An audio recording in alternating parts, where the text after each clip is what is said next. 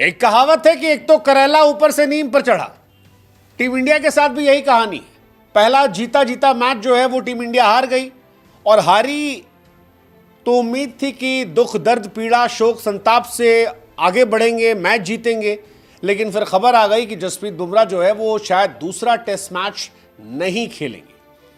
अब बुमराह को घिस घिस के ये लोग गेंदबाजी करवाते हैं, विकेट किसी और को मिलता नहीं है, बुमराह को ही रगड़े रहते हैं। ऐसे में बुमराह साहब की सेहत का ध्यान रखते हुए ये फैसला लिया गया कि दूसरा टेस्ट छोड़ दिए, तीसरा खिलवा लिया जाएगा। लेकिन सवाल ये है कि जिस बुमराह के साथ रहते भी हम नहीं जीत पाए थे, उस बुमराह के बिना क्या हम जीत पाएंगे? मतलब ये सवाल परेशान करना चाहिए, और ये सवाल मैनेजमेंट को परेशान कर भी रहा होगा, क्योंकि आपने हर्षित राणा जिसका सिलेक्शन किया था उसे बाहर भेज दिया, आपके सिराज विकेट ले नहीं पा रहे, आपके पास प्रसिद्ध कृष्णा हैं जिन्होंने विकेट तो निकाले लेकिन बहुत पिट गए, शार्दुल ठाकुर को आप गेंदबाज समझते ही नहीं है, आप गेंदबाजी ही नहीं करवाते हैं, तो फिर उनका होना ना होना क्या मतलब है? नीतीश रेड्डी बैटिंग करते हैं, बॉलर टाइम पास वाले हैं। बचे अर्शदीप सिंह।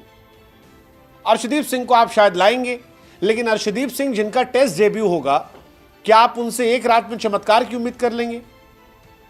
ये सवाल बड़ा इंपॉर्टेंट है, और ये सवाल टीम इंडिया को परेशान कर सकता है। बुमराह की गैर मौजूदगी में क्या आप मैच जीतेंगे?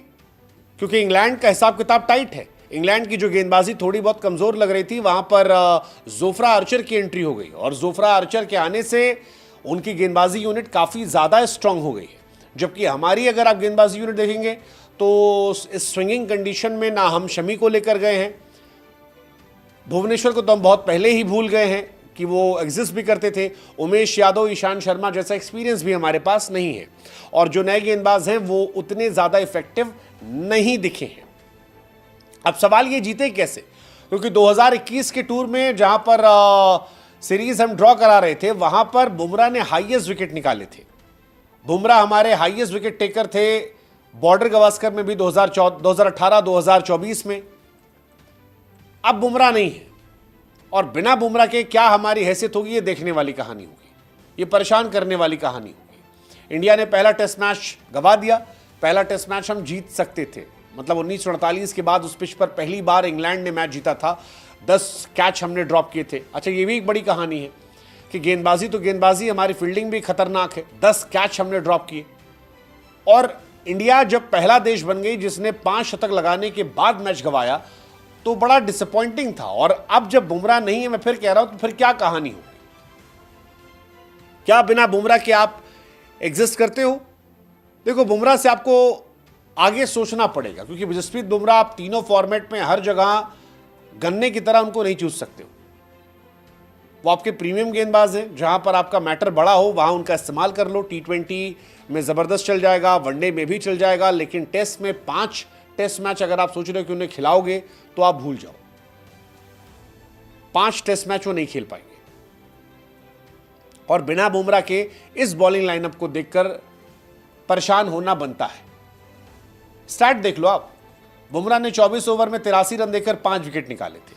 सिराज 27 ओवर में 122 रन पीटे, पूरे मैच में केवल 2 विकेट।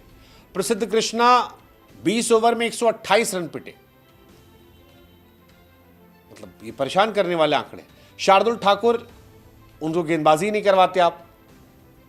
सेकेंड इनिंग देखोगे, बुमराह चलो हटा दो, Siraj 14 over 51 run, Jadeja 24 over 104 run, Krishna 15 over 92 6+ economy, और शार्दुल भी पिटे थे। अब कोई 6.5 की इकॉनमी से पिट रहा है, कोई 6 इकॉनमी से पिट रहा है। इनके सहारे कैसे जीतोगे? और यही सवाल परेशान करने वाला है कि इंडिया क्या करेगी, बिना बुमराह के क्या हो जाएगा। बुमराह बहुत कीमती हैं, लेकिन बुमराह के बिना आपका काम नहीं चलेगा। हर्षित राणा आपकी टीम में अब है नहीं, और हर्षित की जगह कोई आएगा, कौन आएगा पता नहीं। क्या आप शमी को ले आओगे? लाना तो कायदे से चाहिए कि आपको उनको फ्लाइट में कह देना चाहिए था कि भैया लौट आओ, बट अब तक तो नहीं हुआ है। जसप्रीत बुमराह टीम से फिलहाल रेस्ट पे हैं। मुझे लग रहा है कि शायद अर्शदीप सिंह को खिलाया जाएगा। बुमराह ने भी पहले कह दिया था कि वो केवल 3 टेस्ट मैच खेलेंगे, कौन सा खेलेंगे वो देखने वाली बात थी। जो इंडिया चाहती कि खेला जाए उसमें खिलाया जाएगा। तो लॉर्ड्स में उनको खेलना होगा, इसीलिए शायद ये वाला टेस्ट मैच जो है उन्होंने रोक दिया। लेकिन प्रॉब्लम ये है कि एजबेस्टन जहां टेस्ट मैच है, यहां इंडिया का रिकॉर्ड बड़ा खराब है। हम लीड जीत कर नहीं आए, एजबेस्टन टेस्ट मैच भी अगर हम हार गए तो मामला हमारे लिए गड़बड़ हो जाएगा, और 2-0 से अगर हम पीछे हुए तो फिर बहुत बहुत बहुत इशू हो जाएगा। इस टेस्ट पिच पर हमारा रिकॉर्ड बहुत खराब है।